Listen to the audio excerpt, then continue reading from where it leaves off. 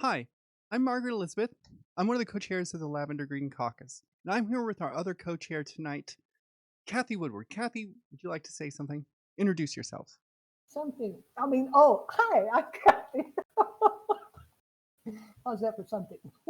It is a good something. So Okay. what we wanted to do tonight is introduce ourselves to the rest of the caucus, get a chance to share a little bit about ourselves with you, so you have a chance to get to know us and know the people that you voted for in a way which is different than you can know us through the online forums or through the other mediums that we often use, such as Facebook and our Discord server and our email list.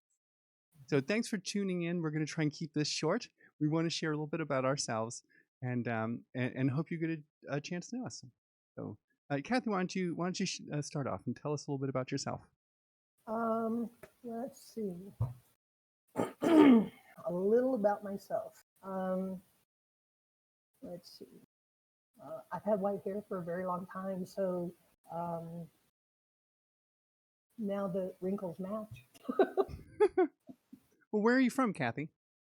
Well, kind of like you, this is kind of interesting, and I want you to go into detail as well. But I grew up in a small town in Kentucky that was right across the Ohio from Evansville, Indiana.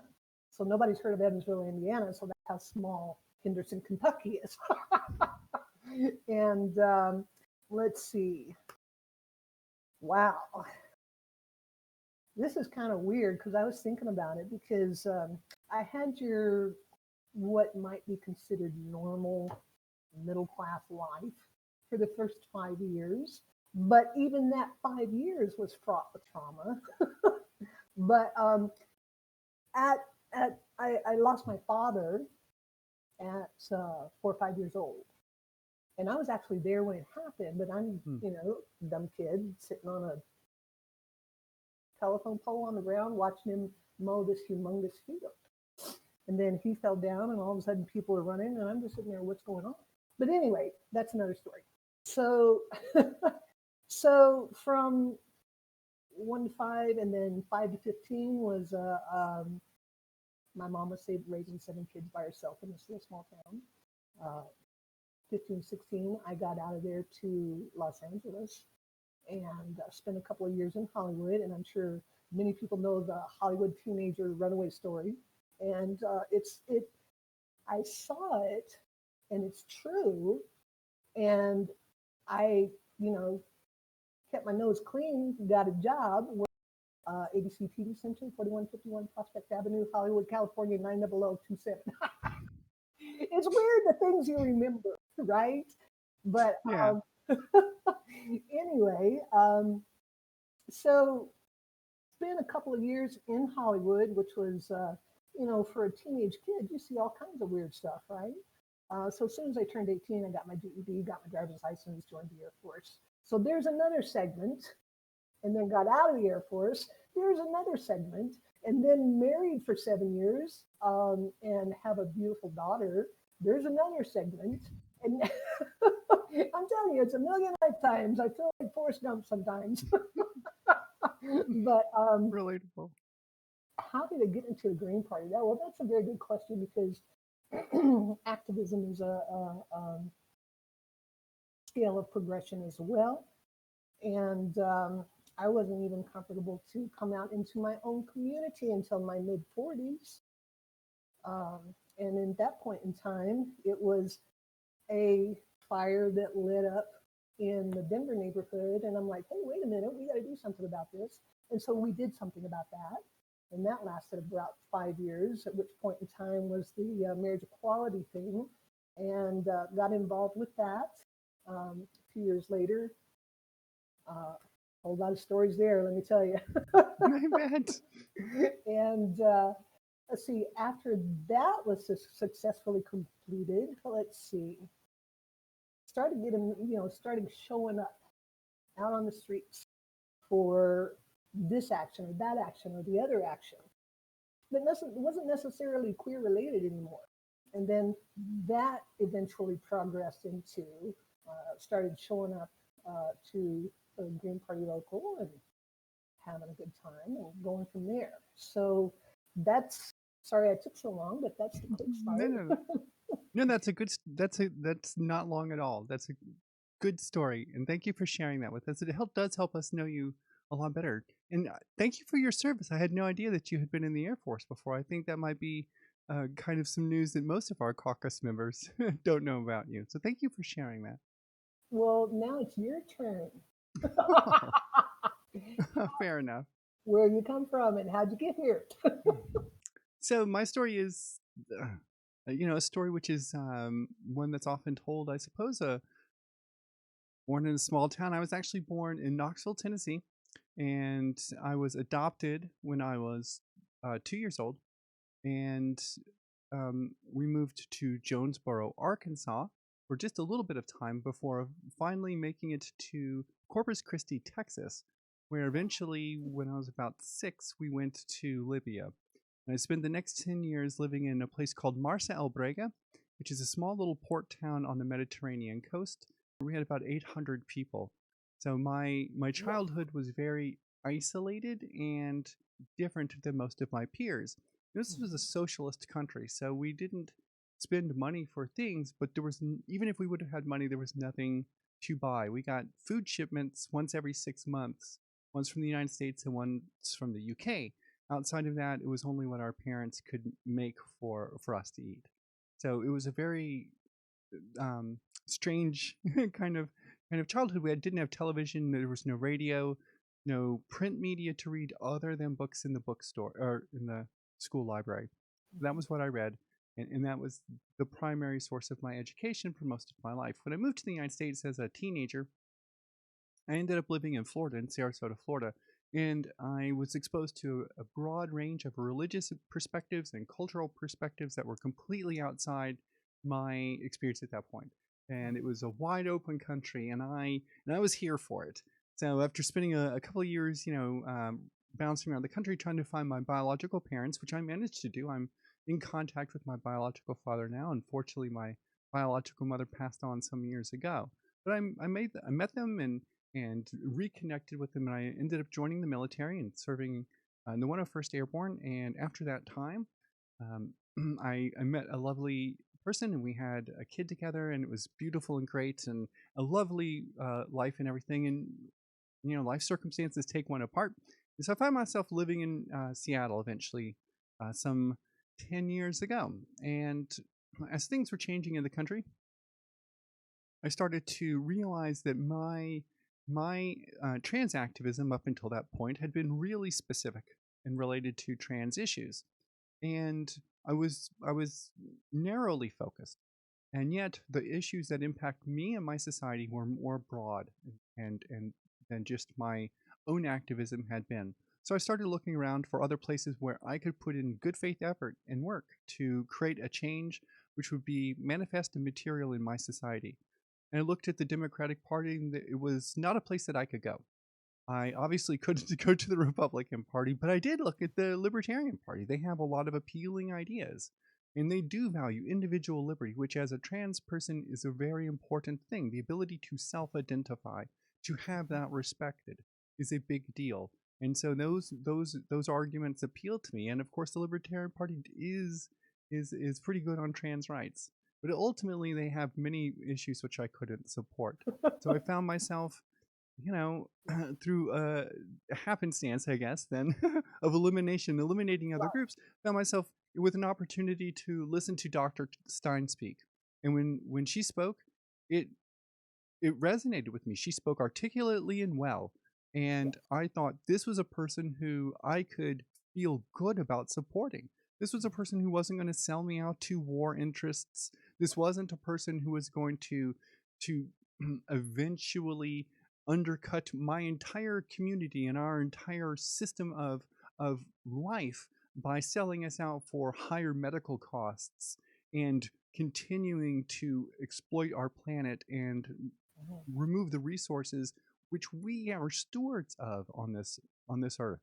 I mean, I don't want to speak about the whole planet because that's a bit broad for us, but here in the United States, at least, we have I want to say a duty, an obligation to protect the Yes. resources we have right now for our kids and our grandkids and the people who are not yet born. This is a moral obligation and a duty, and I take it seriously. But that's how I got here, and I got here in 2016. And I was fortunate to be able to participate really heavily with Dr. Stein's campaign here in Washington.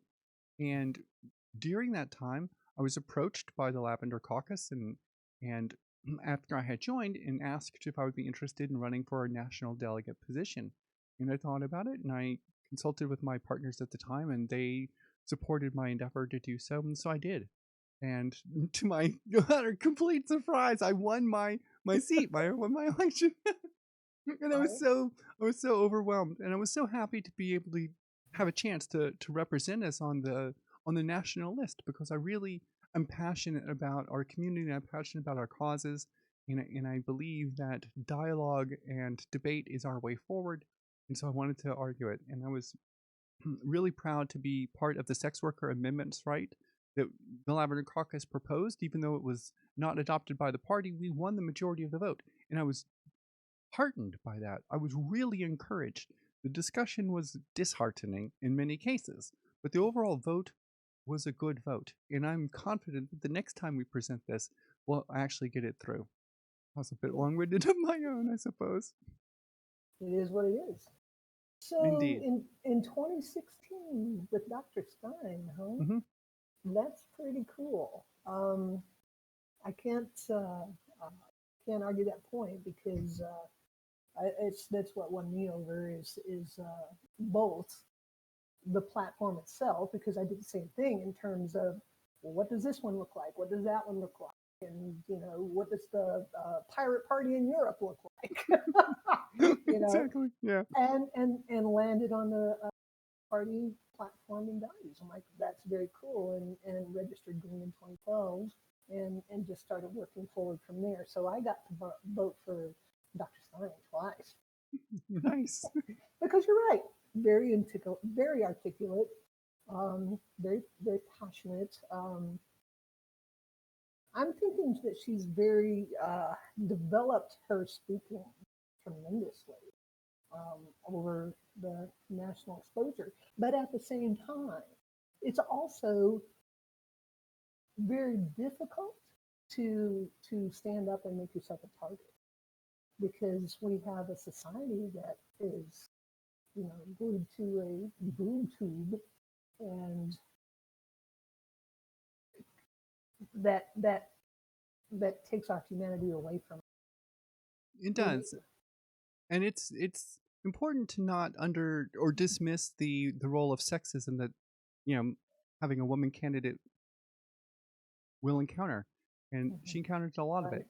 right, right. We still see it even now with these sort of weird kind of smears about her. Nevertheless, it was how I got here, and I'm really proud to have done so, and I was happy to cast my vote for her. Now we find ourselves some years later, and back in 2019, I was um, happy to be asked to run for the co-chair position at the time, and I was grateful to have won that position. And I'm happy to be a person who has received the trust and validation of my peers, so I can stand for us and I can speak on our community's behalf. And I know this is us getting a chance to share ourselves with our caucus, and I really appreciate that. And so we don't want to take too much of your time. We'll try to wrap this up a little bit for you. We've been chatting for just a bit. We're going to try to introduce a few more of the officers for you in these kind of one-on-one little segments. So each one of us has a chance to say something to you directly, and we'll load them up as we can. And as Cathi and I, and if you've been participating in our caucus meetings, which we strongly encourage you to do. As you know, we have some educational material that we're planning, and we have a lot of big ideas for our caucus and how we can energize and keep people motivated. Cathi, maybe you could kind of sign us off with your the next big thing for you in party stuff that you're working on. Oh, I don't. Wow. I have a list of things that I'm working on, and you did a tremendous job there. But I just wanted to go into a little bit more detail in terms of the educational material and reaching out to them. Hmm. I just want to let folks know we do want to put a human face on our issues, and we are going to use this outlet. I think we have planned a few more short videos in terms of what does microaggressions look like in the curriculum. That's one video. Another one is taking apart in detail the actual documentation of what Georgia has signed on to in their platform planks and their endorsements. We're going to look at that in detail to say, look, this is a problem, and explain why from our perspective, because yeah, we need to do that as well.